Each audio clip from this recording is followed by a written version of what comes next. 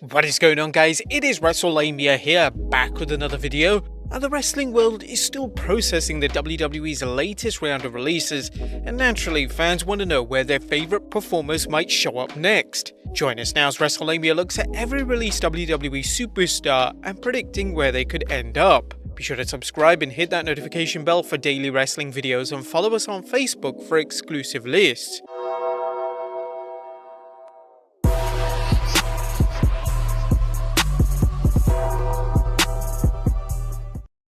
Number 1. Samoa Joe. While wrestling Samoan submission machine has been sidelined by injuries, Joe kept busy as a color commentator on Raw, impressing a number of WWE officials. However, Joe's inability to return to the ring and the recent shakeup of its announced teams likely led to his release. While Samoa Joe wasn't currently cleared to wrestle in the WWE, that doesn't mean another doctor might give him a pass, and Joe could show up in any number of promotions such as Ring of Honor, Impact, or New Japan. Considering the scientific evidence showing the dangers of repeated concussions, Joe may want to wrestle, but he may not be able to unless he wants to gamble on his long-term health.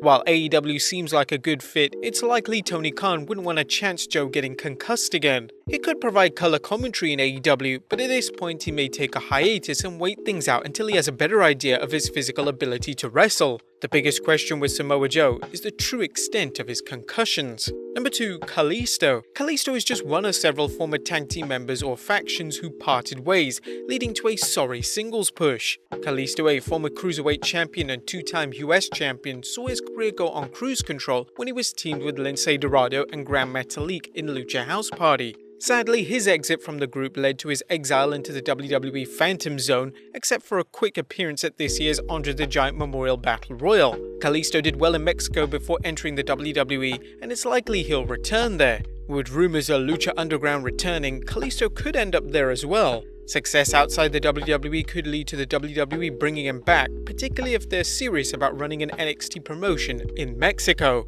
Number 3. Tucker Knight. Tucker's surprise split with Heavy Machinery partner Otis did a number on the big man's WWE career, ending any major momentum he and Otis had in 2020 as a fun-loving but powerful tag team. Tucker has the size and agility to make him versatile, whether he works as a singles wrestler or finds a new tag team partner. While the WWE focused on Otis during Heavy Machinery's push in 2020, Knight showed potential in terms of charisma and shouldn't be labelled as a lifeless performer. Ring of Honor would benefit from signing him, as would Impact Wrestling, which like AEW has signed a number of former WWE superstars, but in all honesty, we see him ending up in Ring of Honor. Number 4. Chelsea Green. Green's WWE career was plagued by two separate incidents where she broke her wrist, including her 13th November 2020 debut on SmackDown. While the WWE may have felt Green was injury-prone, the 30-year-old's talent is undeniable, and she could do well in Impact, wrestling alongside fiancé Matt Cardona as a valet and/or as a wrestler. Green's work in NXT and on the indie circuit suggests she's worth bringing in, and the WWE's decision to release her seems short-sighted, regardless of her injuries. Number 5. Bo Dallas. Third-generation superstar Bo Dallas is a wrestler whose tremendous talents were underutilized in WWE, leading to inconsistent pushes and Dallas focusing more on life after wrestling than in wrestling. Despite only being 30, Bo hasn't been utilized since 2019 at the Crown Jewel event and has been working in real estate. However, the lure of a push could lead to Dallas believing in himself and trying his hand in another promotion. Dallas could shine in AEW, but at what point does Tony Khan realize there's only so many spots for existing talent, let alone new talent, particularly in the men's division? It'd be awesome if he actually turned up in AEW as not the Fiend, but the Friend. Yeah, a nice little clever pun that everybody already probably thought of. But the combination of Bo's wrestling skills and his pedigree make him an ideal candidate for New Japan Pro Wrestling, but considering how much time he spent working on a career besides wrestling, he may be happy hanging up his boots for good. Number 6. Wesley Blake. Blake saw his Forgotten Sons team with Jackson Ryker and Steve Cutler sidelined after Ryker's pro-Trump tweets, not to mention some previous tweets that raised some eyebrows, causing nuclear-level heat backstage. Incredibly, Ryker remains on Raw working with Elias while Blake is done. Short of an unpaid internship, don't expect to see him in AEW, but a spot in Ring of Honor shouldn't be ruled out, as Blake could add some beef to Ring of Honor's traditionally smaller roster. Like all the wrestlers on our list, Blake has something to offer in the ring, and his status as a former WWE superstar, limited as it was, should open some doors for him. A run on the indie circuit wouldn't come as a surprise either. Number 7. Mickie James. Mickie James is 41 and has repeatedly shown he still has a lot to give in the grappling game. Mickie's main event run in both WWE and TNA make her a considerable commodity, but with one condition: her torn ACL that knocked her out of action for over a year.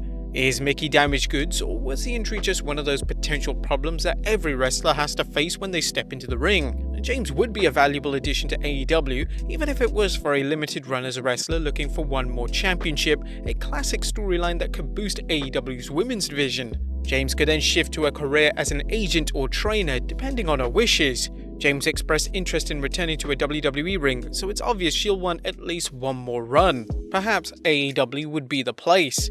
Number 8. Mojo Rawley. While Mojo Rawley isn't lacking in talent, the 34-year-old isn't a big-name star or someone who would add much star power to a promotion, even a smaller promotion such as Ring of Honor or Impact.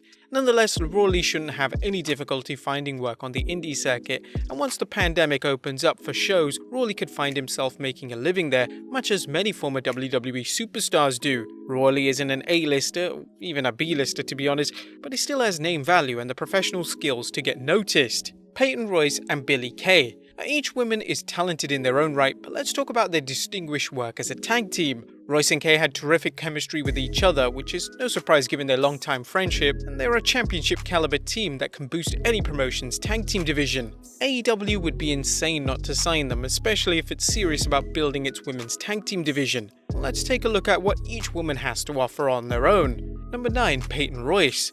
Peyton impressed fans and wrestlers and WWE high-ups when they decided to split up the Iconics, and while her supposed singles push never got far, Peyton proves she shines in singles action just as much as tag team wrestling. Unlike some comedy acts, Royce easily made the transition to a more serious style grappler, and she would be an asset to any women's division, be it Impact, AEW or Ring of Honor. At 28, Royce has many years ahead of her, and the WWE let an athlete with main event potential slip away.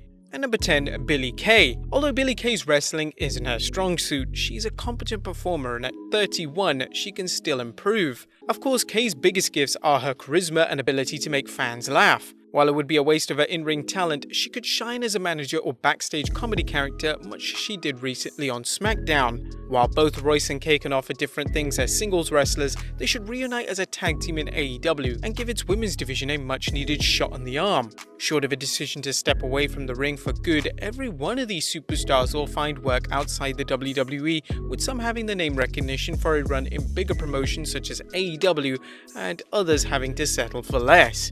But there you have it guys, where every recent WWE wrestler could end up. Where do you think that these wrestlers will go? Let us know in the comments down below, subscribe if you haven't already, and I'll see you next time with some more wrestling content.